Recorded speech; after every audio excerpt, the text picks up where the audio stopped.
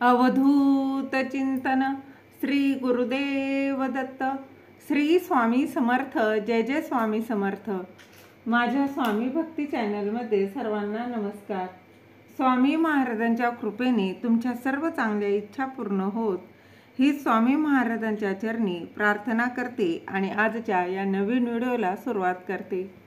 भोगी सण का साजरा करतात, भोगी म्हणजे काय, त्याचबरोबर भोगीचे महत्त्व काय आहे ते मी या व्हिडिओत तुम्हाला सांगणार आहे. ते जाणून घेण्याआधी तुम्ही माझ्या चॅनलवर नवीन असाल तर सबस्क्राईब नक्की करा.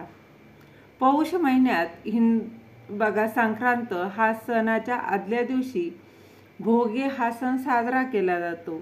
यंदा मकर संक्रांती 14 जानेवारीला आहे, तर भोगी हा सण 13 जानेवारीला साजरा करणार आहोत. तर या दिवशी भोगी कशी साजरी केली जाते, भोगी म्हणजे काय, तर मकर संक्रांतीच्या आदल्या दिवशी भोगी हा सण साजरा केला जातो आणि मकर संक्रांत त्यानंतर तिसऱ्या दिवशी किंक्रांत असा 3 दिवसांचा हा सण साजरा केला जातो. न खाई भोगी तो सदा रोगी. भोगी हा आनंदाचा आणि उपभोगाचा सण म्हणून मानला जातो.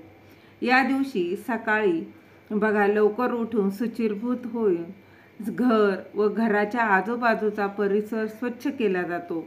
या दिवशी आवर्जून तीळ लावलेल्या बाजरीच्या भाकरी आणि भोगीची भाजी ही केली जाते. बघा श्रीमंत असो वा गरीब, अगदी प्रत्येकाच्या घरी तीळ लावलेली बाजरीची भाकरी आणि भोगीची भाजी ही आवर्जून नैवेद्य म्हणून केली जाते. तसं बघायला गेलं तर आहारातील महत्त्व बाजरी आणि तीळ हे दोन्ही उष्ण गुणधर्माचे पदार्थ आहेत. थंडीच्या काळात शरीराला उष्णता मिळवून देण्यासाठी भोगीची भाजी ही खूप फायदेशीर ठरते. भारतात सर्वत्र आपापल्या पद्धतीनं भोगी साजरी केली जाते. तर स्त्रिया या दिवशी दिवाळी सणासारखे अभ्यंग स्नान करून साज शृंगार करत असतात. अनेक प्रकारच्या भाज्या एकत्र करून त्यांची एक मिक्स भाजी तयार केली जाते. त्या भाजीमध्ये प्रामुख्याने तिळाचा वापर हा केला जातो.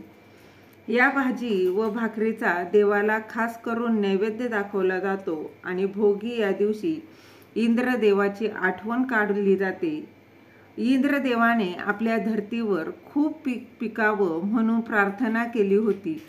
वर्षानुवर्ष बळीराजा आपल्या शेतातून अशीच पिकं पिकवून माणसांची किंवा प्राण्यांची भूक भागवत राहो अशी प्रार्थना भोगीच्या दिवशी केली जाते आणि भोगी हा सण साजरा केला जातो.